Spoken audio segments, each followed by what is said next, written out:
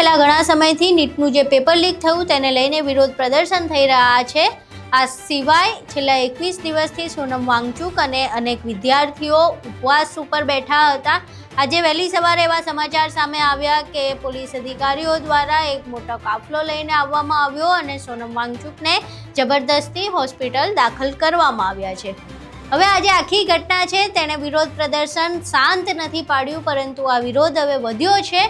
વિરોધ ત્યાં સુધી વધ્યો કે સીજેપીના જે ફાઉન્ડર છે અભિજીત દીપકે તેઓ ઉપવાસ પર નહોતા બેઠા, તેમણે આજથી ઉપવાસ પર બેસવાનું નક્કી કર્યું છે। આ સિવાય હવે આજે દિલ્હીમાં 20 તારીખે માર્ચ થવાની હતી સંસદ ભવન સુધી, એ પણ યથાવત રહેશે। તેમજ હવે આના પડઘા ફક્ત દિલ્હી પૂરતા સીમિત નથી રહ્યા, એ અમદાવાદમાં પણ પડ્યા છે।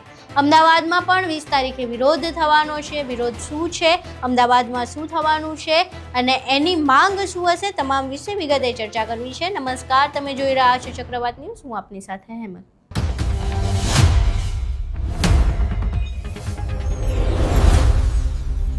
ગુજરાતમાં છેલ્લા ઘણા સમયથી આપણે વિરોધ પ્રદર્શનો જોઈ રહ્યા છે। ખેડૂતો વિરોધ કરી રહ્યા છે વીજ પોલની સામે અને હવે નીટ પેપર લીકને લઈને પણ વિરોધ થવાનો છે।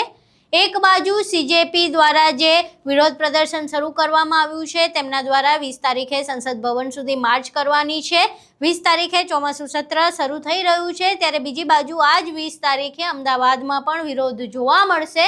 અમદાવાદમાં એમજે લાઇબ્રેરી જે આવેલી છે એલિસ બ્રિજ ખાતે, ત્યાં વિરોધ થવાનો છે। આ વિરોધ શું છે, શા માટે કરવામાં આવવાનો છે, તમામ વિશે અમે જેણે આ આખા વિરોધની જાહેરાત કરી છે એવા સુબોધ કુમુદ સાથે વાત કરી। અહીં સાંભળીએ સુબોધ કુમુદે આ આખા વિરોધ પ્રદર્શનને લઈને શું કહ્યું। હેલો જી, હેમલ વાત કરું છું ચક્રવાત ન્યૂઝમાંથી। નમસ્તે બેન। હવે એક સમાચાર સામે આવ્યા છે કે 20 તારીખે અમદાવાદમાં પણ એમજે લાઇબ્રેરી જે છે ત્યાંથી એક વિરોધ પ્રદર્શન થવાનું છે નીટ પેપર લીકને લઈને, અને એના માટે પોલીસ પાસે પરમિશન પણ માંગવામાં આવી છે। આખી ઘટના શું છે? જે રીતે દિલ્હીમાં છેલ્લા ઘણા સમયથી નીટના પેપર લીકના મુદ્દે અને સમગ્ર દેશની જે શિક્ષણ વ્યવસ્થા છે એને લઈને સોનમ વાંગચુકજી દ્વારા પ્રોટેસ્ટ પ્લાન કરવામાં આવેલું ને પ્રોટેસ્ટ થઈ રહી છે, એની સોલિડારિટીમાં અને ગુજરાત સહિત આખા દેશમાં જે પેપર લીક થયા છે અલગ અલગ એક્ઝામ્સના, નીટનું ખાસ કરીને, તો આ તમામ મુદ્દે અને દેશની જે એજ્યુકેશન સિસ્ટમ છે આ તમામ વસ્તુને લઈ અને અમે પણ સોલિડારિટીના ભાગરૂપે અને જે પેપર લીકની ઘટનાઓ છે એની અગેન્સ્ટમાં એક પ્રોટેસ્ટ પ્લાન કર્યું છે એમજે લાઇબ્રેરીના ગેટની સામે, સ્વામી વિવેકાનંદનું સ્ટેચ્યુ છે એની બાજુમાં। અને 16 તારીખે મેં એપ્લિકેશન સબમિટ કરેલી, આજે સ્ટેટમેન્ટ રેકોર્ડ કરવા માટે બોલાવેલો અને સ્ટેટમેન્ટ રેકોર્ડ મેં કરાવીને મારું અંડરટેકિંગ આપ્યું છે। હવે જોઈએ ક્યારે પરમિશન આપે છે કે નથી આપતા। જી, હવે આ જે વિરોધની વાત કરવામાં આવી રહી છે તો એ કેવા પ્રકારનો હશે? કોઈ રેલી છે કે પછી સભા છે, શું થશે ત્યાં? નહીં, અમદાવાદના પ્રગતિશીલ માણસો, સ્ટુડન્ટ્સ અને જે પણ સાથીઓ ન્યાયમાં માનનારા છે તમામ લોકો એ દિવસે ત્યાં ભેગા થશે। બેનર અને પ્લે કાર્ડ્સ અને પોસ્ટર્સ દ્વારા પોતાનો વિરોધ નોંધાવશે અને આ એક પ્રકારે એક સિમ્બોલિક પ્રોટેસ્ટ અમે કરવા જઈ રહ્યા છે જે કલાક કે 1.5 કલાકની હશે અને પછી આગામી આયોજન જે છે એ દિવસે બધાની સાથે મળી અને નિર્ણય લઈશું। જી, જે પ્રમાણે આજે દિલ્હીમાં જંતર મંતરમાં જે ઘટના બની છે એના પરથી તમને શું લાગે છે, શું પોલીસ દ્વારા પરમિશન મળી જશે? દિલ્હીના જંતર મંતરમાં તો આજે ઘટના બની, પણ છેલ્લા ઘણા સમયથી એવો અમારો અનુભવ રહ્યો છે કે સરકારની વિરુદ્ધનું કોઈ પણ વ્યાજબી માંગણીઓ સાથેનું પણ આયોજન કરવામાં આવ્યું હોય તો એ બંધારણીય અધિકાર છે એ ક્યાંક ને ક્યાંક છીનવવામાં આવે છે।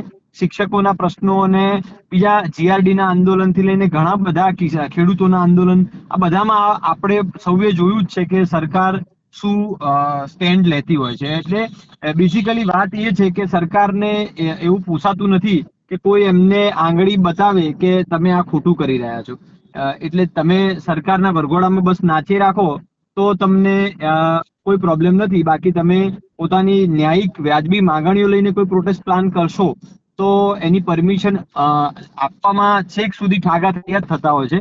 પણ એલિસ બ્રિજ પોલીસ સ્ટેશનનું જે રીતે અમારી સાથેનું વર્તન હતું એ જોઈને એવું લાગે છે કે they are positive, but let's see what happens.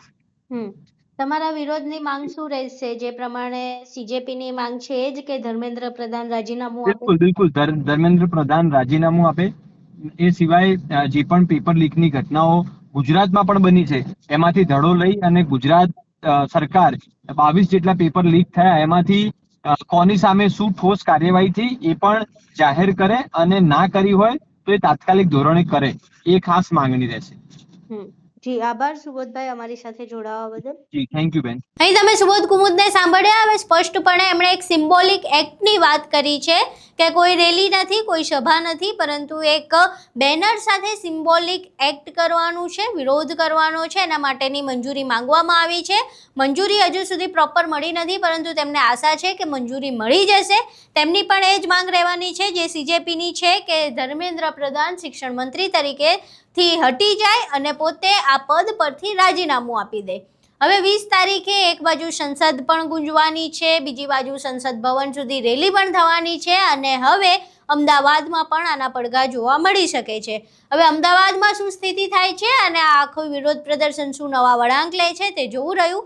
આખી ઘટના જાણી, જે વિરોધ પ્રદર્શનની વાત કરવામાં આવી છે એ પણ તમે જોઈ. હવે આ આખી ઘટનાને લઈને તમારું શું માનવું છે? તમારા મંતવ્યો અમને કોમેન્ટ બોક્સમાં જરૂર જણાવજો. વિડીયો પસંદ આવ્યો હોય તો વિડીયોને લાઇક કરજો, શેર કરજો અને અમારી ચેનલને સબસ્ક્રાઇબ કરવાનું ભૂલશો નહીં. નમસ્કાર.